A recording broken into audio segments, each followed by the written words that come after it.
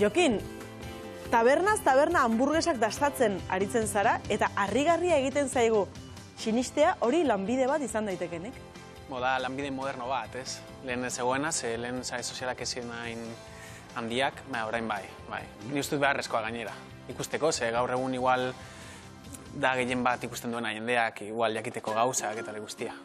Eta zuen nola hasi zinen lanbide honetan?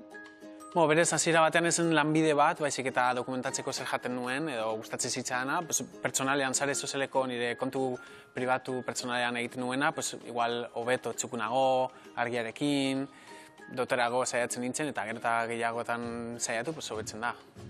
Eta gero erabaki zenuen zure lanbideari pausa bat ematea, honetara dedikatzeko edo behintzat saiatzeko, ezta?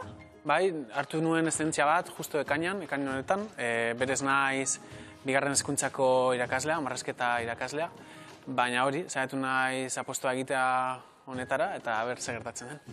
Zuk hamburguesa esaten duzunean, irakurri dudanaren arabera, ez da platerean jaten dan aragisetu zapaldu bat, ez. Zuk esaten duzunean hamburguesa da aragila, ogia, ez edo zein ogi berezi bat, eta gehigarri batzuk. Baina, adibidez, ez diozu esaten hamburguesa oliaskoakin egindakoari edo veganoari? Han dago polemika pizka.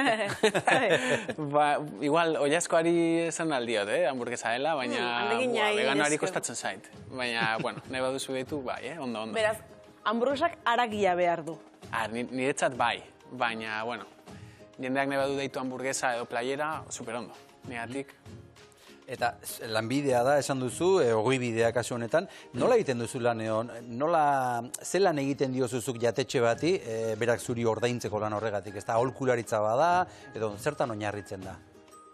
Nire ogibidea, esan duzu moduan, da nire esperientzia kontatzea, eta alik eta hoberen transmititzea jendeari. Ez dut esaten, bentsat ez dut igotzen ezadana gustatzen, baina bai alik eta fidakorren transmititzean nire esperientzia. Gero beste lana, beste ogibidea da asesoriak egitea, ez? Adibidez, karta berri bat egitea, edo aragi proveedoreak edo ogiarena bebai ekartzea, jatetxera, edo hamburguesak egitearena, klaro, erreza da hamburguesa bat egitea, baina nire ustez ez da erreza hamburguesa on bat egitea. Orduan formakuntzan ere laguntzen diezu, jatetxe? Bai, horretan bebai kontratatzen dute, bai. Ongirutzen baldin mazaizu, zurekin ere altxe egingo gara hor hamburguesa bat daukagu. Eta zuk esango diguzu zertan erreperatu behar den, edo zerretan dagoen gakoa. Bai? Guazen? Ados, bai. Guazen. Xabi, arantxa, hau ez da guretzat. Ez, lasai. Ekarratu dezakegune. Usaitu bai, ez? Hori aldegu usaimena. Usaimena bai. Ea ba. Bueno. Nondik hasiko gara? Ni nahi baduzue importaz behar zaizue aldut manejatu pizkat. Bai, noski.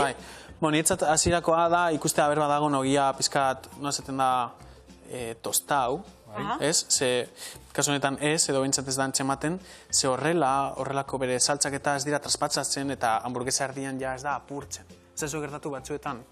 Igual, zarete jaten eta hori da niretzat faito bat, eta hori ekiditzeko tostatzen da. Ogia tostatu. Bai, mantekiaekin, edo, gero da produktu desberdinak ez, baina hori plantzan sartu eta da horrelako impermeabilitate moduko bat. Eta hori ez dago tostatua? Ez. Ederki hasi gara. Kasu zuk egia esan. Ze saltza klase da hori? Ni idea, Holandesa edo... Auskalo. Bai, horrelako, zer, tartara edo... Hala ere, hasi gara ogiaz eta saltza zizketan, baina hamburguesako garrantzitsuena? Aragia. Aragia. Okela da, bai. Oso estalita dago. Bai, goaz ikusten zatika. Gero niretzat haue bai, karo, 80ko hamarkadan hau oso modan zegoen, jartza, zimaz, jarri behar zelako, letxuga hau, nire bai gustatzen zait, klar, hamburguesa txar bat izatea oso zaila da. Jartzagatik eta uraekin eta hori niretzat da pizkat fallitoa. Ze, kara, dinezu, emateko freskotasun bat, bebai daude produktu askoz freskoagoak edo sentsazioaren ematen dutenak. Tomatea, bebai, horrela zafla bat, sin maz, niretzat ez da... Zizu graziarik egiten zuri. Ni ezain beste, Tomate erdi bat da. Bai, sin maz.